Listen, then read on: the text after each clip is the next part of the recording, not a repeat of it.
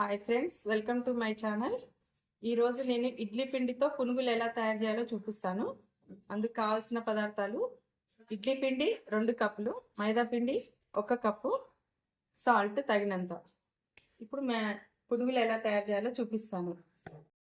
మనం ఎలా తయారు చేయాలో చూపిస్తున్నానండి.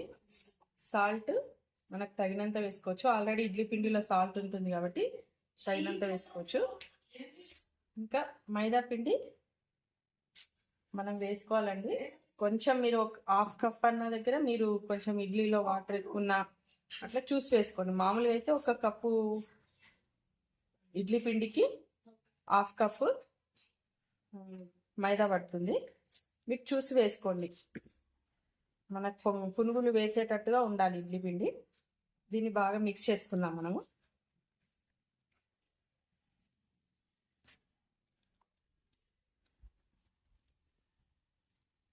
ఇలా మైదాని కొద్ది వేసి ఇలా వేసేయాలండి. నేను 2 కప్పులు ఇడ్లీకి 1 కప్పు మైదా వేసాను.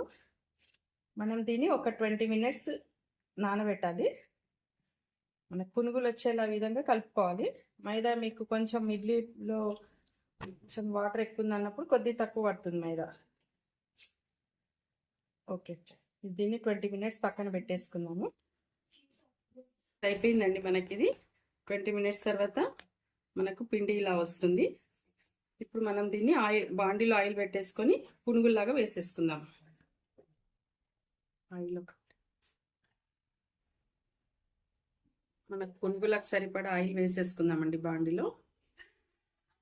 ఆయిల్ హీట్ ఎక్కాక మనం పునుగులు వేసుకుందాం. ఇప్పుడు ఆయిల్ హీట్ ఎక్కిందండి మనకి. ఇప్పుడు మనం పునుగులు వేసుకుందాం. ఇట్లా పునుగులు కావాలంటే మనం ఇలా కొద్ది తీసుకొని ఇట్లా వేసేసుకోవాలండి.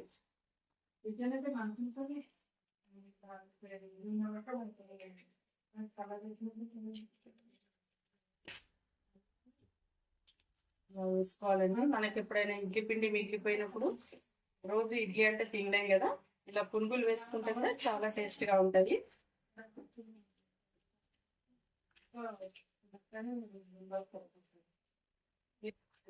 ఇలా వేయించుకోవాలండి. కొంచెం మనకు బ్రౌన్ కలర్ రావాలి, అప్పుడు బాగా వేగుతాయి.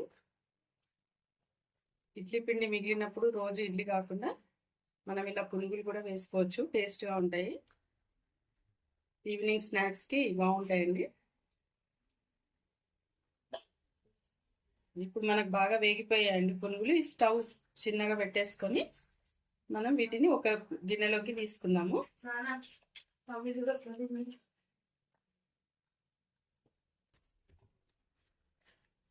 చాలా బాగుంటాయండి. మీరు కొంచెం దీంట్లో సోడా వేసుకున్నా కూడా బాగుంటుంది.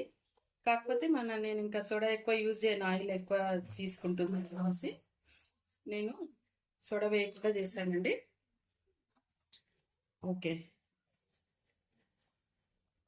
ఇప్పుడు ఇలా వేగిపోయాయండి. ఇప్పుడు మనం దీన్ని చట్నీతో తింటే చాలా బాగుంటుంది. ఓకే ఫ్రెండ్స్, ఇప్పుడు మనకు వేడి పునుగులు రెడీ అయిపోయాయి. దీనికి కాంబినేషన్ మనము చట్నీతో తీసుకుంటే చాలా బాగుంటుంది. ఈ చట్నీ కూడా నేను కొబ్బరి పుట్నాలు వేసినప్పుడు ఇంతకుముందు ఒక వీడియో తీశాను ఫ్రెండ్స్, అది చూస్ చేయండి. చాలా బాగుంటుంది ఇవి రెండుటి కాంబినేషను. ఇంతే ఫ్రెండ్స్, చాలా బాగుంటుంది. చూడండి, కామెంట్ చేయండి, సబ్స్క్రైబ్ చేయండి, లైక్ చేయండి, షేర్ చేయండి. ఇంకా ఇలాంటి మంచి వీడియోస్ ఇంకా నేను తీస్తాను. Thank you friends.